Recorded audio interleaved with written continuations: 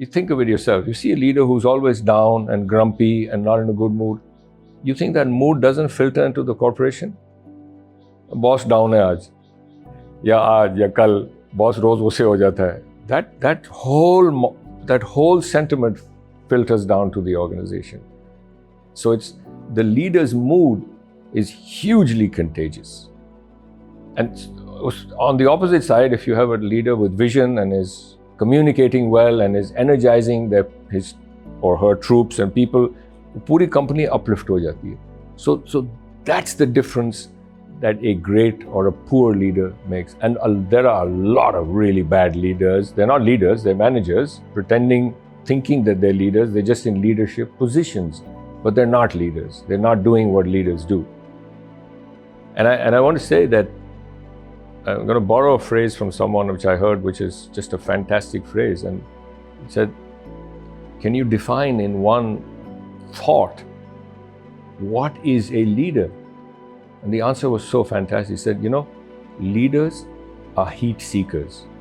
They are not heat deflectors. What does that mean? It means they have courage, they have conviction, and they stand their ground and face the tough decisions of life, and they actually enjoy the heat that comes to them in the leadership position. Now, that is not a skill you can always learn.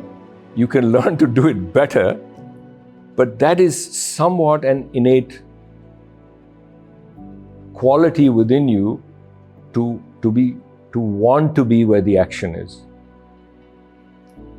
Don't mistake that with being extroverted and outgoing. No, there are some fantastic quiet leaders also, people who lead from the middle. We used to think of leadership and the organization structure and say, ek upar dabba hai, phir niche, phir aur dabba hai. So that organization also you need to think differently. For me now, leadership at a team is like a soccer team or a football team. There's a captain, but he doesn't tell people, okay, now you have to go and score the goal. No, they act instantly because the pace is so fast that they're there for a particular skill. And the leader actually is outside the field. He's called the coach. He's not even playing.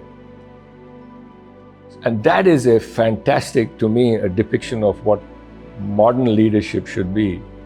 Is just a bunch of really talented people who have a defined goal, and they're all motivated what to do to win, score more goals or save more goals than the other side. So that's how I think models of leadership have now evolved.